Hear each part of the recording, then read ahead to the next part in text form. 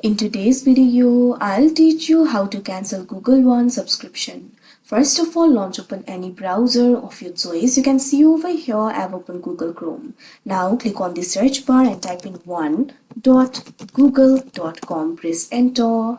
After you do that, you'll be led to the official website of Google One. Initially, you'll be led to this kind of interface. Make sure you're logged into your account.